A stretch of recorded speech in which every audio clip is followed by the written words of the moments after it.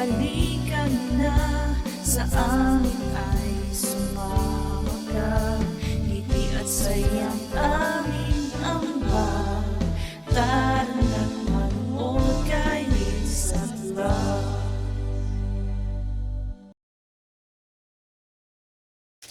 Hayo mga bro, tagal natin hindi nakapag-vlog. Today po pala is Tuesday. Dito ako sa walk-in closet kasi itong tupiin ko kagabi, hindi ko natupi. Hindi kami nakapag-vlog kasi nagkasakit po kami. Tinamaan kami ng coronavirus kung kailan natapos yung pandemic at saka kami nagkaroon ng coronavirus. Sinabi ko sa inyo last time, doon sa last vlog natin na si Kuya Jerome nilagnat. Dito kasi sa bahay, si Kuya Jerome yung lagi nagta-travel. Kasi nga sa pagpasok niya sa Arubaito, minsan nag-ano na lang siya, nagdidensya na lang siya, nagbabike siya papunta sa train station. Tapos from train station, so nasakay na lang siya ng train. So ayun, siya yung natamaan sa amin ng coronavirus. Expect ko kasi nga na normal, ano lang siya, normal na yung parang sipon, ubo, lagnat. Kasi nga, si Kuya Jerome, one night lang siya nilagnat. Tapos kinabukasan, magaling na siya. Ang sumunod, si Kuya Jake, buti na lang, nung araw na nilagnat si Kuya Jake, rest day niya, Friday. Tapos sumunod na kami ni Jack Jack. Si Jack Jack ata, isang gabi, tapos 2 araw. Ayan, so, umaga pa lang nung Saturday, nilagnat kami ni Jack Jack. Tapos si Jack Jack, gabi, nilagnat pa siya hanggang gabi. Hanggang kinaumagahan ng Sunday, November 6, na ata kami nakapagpa-check up. Kami dalawa ni Kuya Jake. Kasi si Kuya Jake, nauwi siya sa school kasi yung katawan niya mainit, pero genki naman daw. So, yun yung nangyari sa amin. Tapos, pagkatapos namin ni Jack Jack, sumunod naman si Papang.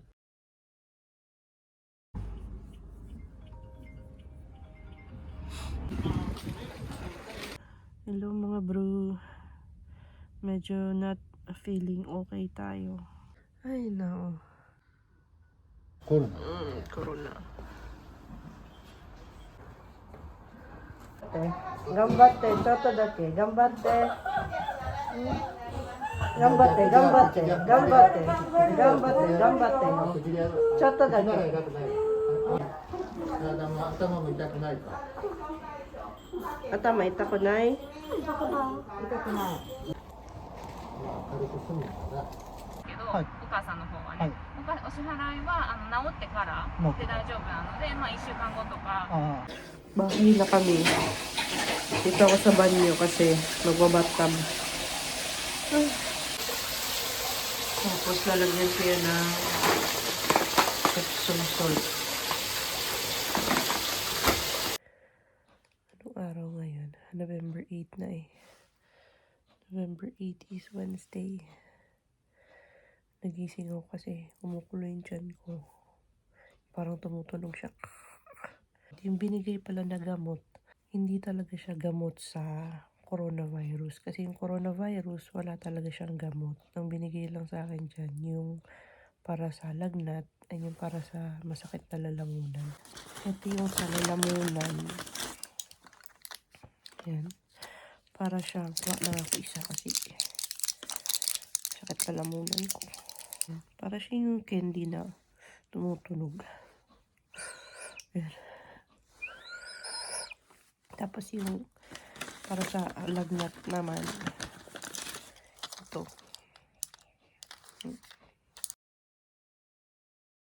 Medyo kalbaryo siya kasi si Papa nakapag-rest day siya ng 4 days ata. Hindi talaga siya rest day sa work ng 4 days kasi isang day doon, rest day talaga siya. Sa mga bata, walang problema. Isang gabi lang silang nilagnat. Si Kuya Jake din, isang gabi lang. Gumaling na kagad. Pero pinauwi nga siya sa school. Kasi nga, mainit to yung temperature ng katawan. So, doon ako nakapag-decide na magpa-check up na kasi parang iba na rin yung pakiramdam ko. Kasi, ang nangyari naman sa akin, nawalan ako ng pang-amoy. Talagang as in, wala akong maamoy. Sabi ko, wala, iba na to. Parang ito na yung coronavirus As in, mawawalan ka pala talaga ng pang-amoy na experience ko talaga for the first time yung ganun. Akala ko talagang sabi-sabi lang yun na mawawalan ka ng pang-amoy. Mawawalan ka talaga ng pang-amoy. Pero ngayon, dahan-dahan na siyang bumabalik. Wala akong ganang kumain ng mga ilang araw. Kasi nga, may panlasa ka naman. Yung sa panlasa, hindi ko masasabi na nawalan talaga ng panlasa. Malalasahan mo yung pagkain, yung alat at tamis lang niya. Pero yung masasabi mo na masarap yung niluto mong pagkain, hindi mo talaga masasabi na masarap yung pagkain. Hindi naman na, ang tawag nito, big deal ngayon yung coronavirus, para na lang siyang influenza ba. So hindi na kami tumawag sa Hokenjo kasi sabi naman nung pinagtanungan ko, hindi na daw kailangan tumawag doon. Wag lang kaming pumasyal-pasyal sa mga matataong lugar. Hindi naman kami pumasyal sa matataong lugar. Sa park lang naman kami nung naka-recover na kami. Mga 1 week din, mula nung nagkasakit ako, mga 1 week or 1 week kalahati bago kami nakalabas-labas. Meron naman kaming stocks. Buti na lang talaga, bago kami, ang tawag nito, bago kami nagkasakit, bago ako nagkasakit, diba nga napakita ko sa inyo na nag-stocks ako. So, nakalabas na kami, nakapamalengke na kami.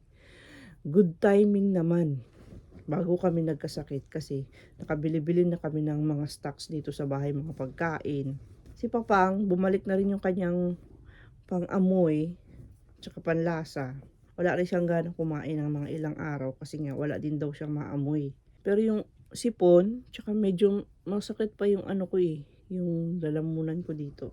Experience sa coronavirus, masasabi ko na kapag may edad ka pala talaga, tapos nagka-coronavirus ka, kaya siguro yung mga lola, lolo, pag tinamaan ng coronavirus is mga namatay.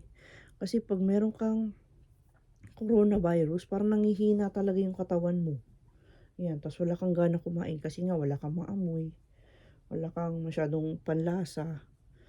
Yun, di mo masabing masarap yung pagkain kasi alat at tamis lang yung matitikman mo. Tapos, ang pinaka na experience lang, naitaboy kami sa isang clinic. Ayan, so, ang ginawa kasi namin ni Papang, pumunta kami sa pinakamalaking ospital. Doon kami ni Jake nagpa-check up sa pinakamalaking ospital. Tapos, ang ginawa ng malaking ospital, inirefer kami sa maliliit na clinic.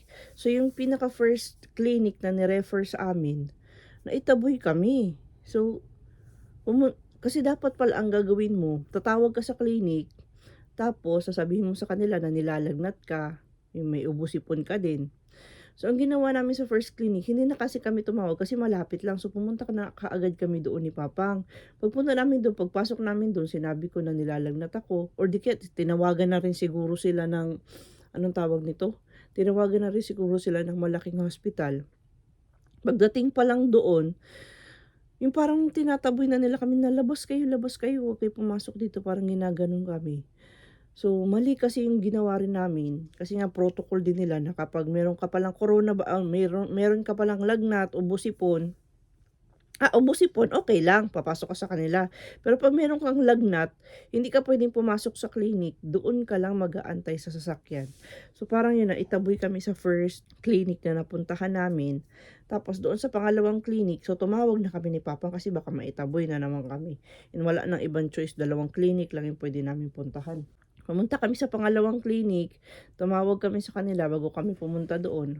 Pagtawag namin doon, tinanggap kami. So, ang instruction na binigay sa amin, mag-antay lang kami sa parking lot. So, nag-antay kami sa parking lot. May lumabas na parang staff siguro yung sa loob. Kinuha yung mga pangalan, kung sino yung magpa-check up. Ako at saka si Jake ang nagpa-check up that time. Hindi na muna nagpa-check up si Papa kasi nga, hindi pa naman niya nararanasan yung nararanasan ko. Pero ako alam ko sa sarili ko na parang, na siya, coronavirus na siya kasi nga nawala na ako ng pang-amoy. So, si Jake, kasi nga pinauwi sa school, 2 kami, tinusok kami sa ilong. Ayun, nakaiyak si Jake kasi nga, ako first time kong naranasan, dito pala sa kanan yung sa akin. Pagtusok sa akin, pag ganun talaga ako, hindi na ako nakapag-video kasi nga ako yung mahawak ng cellphone. Si Jake lang yung na-videohan ko. Pagtusok sa akin, ang sakit niya kasi parang umabot siya hanggang dito sa lalamunan ko. Yung parang, tapos nasusukan na ako. Tapos ginaganon, bukod sa tusok, ginaganon pa siya, iniikot pa siya. So pagtanggal nung parang mahabang Johnson buds na yon, meron siya parang konting dugo, nagdugo yung ilong ko. Tapos parang sinawsaw lang siya sa parang maliit na lalagyan na merong konting tubig. Tapos yung tubig na pinagsawsawan, nilagay siya sa parang siyang pregnancy test kit. Yung nag-drops lang yung kailangan. Tapos ilang seconds lang, ang bilis lang, lumabas agad doon na positive daw ako sa coronavirus. Ayun. So si Jake, pinaganon ko rin kasi si Jake kasi hindi ko alam kung influenza ba kay Jake or coronavirus. Pero positive din si Jake sa coronavirus. And parang hindi ko na rin kaya yung pakiramdam ko. Kaya nga nagpa-check up na kami para makahingi ng gamot. Kasi kailangan ko na talagang uminom ng gamot. Kasi napakakirot ng dito ko. Yung dito ko sobrang kirot. Yung ngalangal ko masakit. Walang pang amoy. Yung panlasa ko iba. So ayun, wala namang gamot daw sa coronavirus. So ang binigay lang sa akin, pain reliever lang din. At saka yung parang sa gamot sa, ano ba yun dito, throat. Ayan. Tama ba ngalangala ba yung throat sa English? Basta yung masakit sa dito at saka yung pain reliever lang naman yung naibigay sa amin, sa akin. So ayun, pagkatapos nun, umuwi na rin kami. Naano lang ako kasi kung kailan talaga natapos yung coronavirus at saka kami nagkaroon ng coronavirus. Pero good thing na rin yun. Kasi nga, hindi na siya big deal ngayon. Parang normal influenza na lang siya. Ang masasabi ko lang siguro, ibabalik ko rin yung mga protocol na ginagawa namin dito sa bahay before, kahit natapos na yung pandemic. Kasi ang nangyari kasi ngayon, may dumarating na packages din, ng mga in-order ko online, hindi ko na rin nai-spray yung mga package. Hindi katulad before na sobrang strict ko talaga. Pagdating sa ng delivery guy dyan sa baba or delivery man, ini-spray ko talaga yan. Naghugas ako ng kamay. Pagkatapos hawakan yung box. Ngayon hindi na rin kasi ganun eh. Yung parang diretso bukas na ng box. Ano ba yan? Yun siguro yung mga dahilan ba.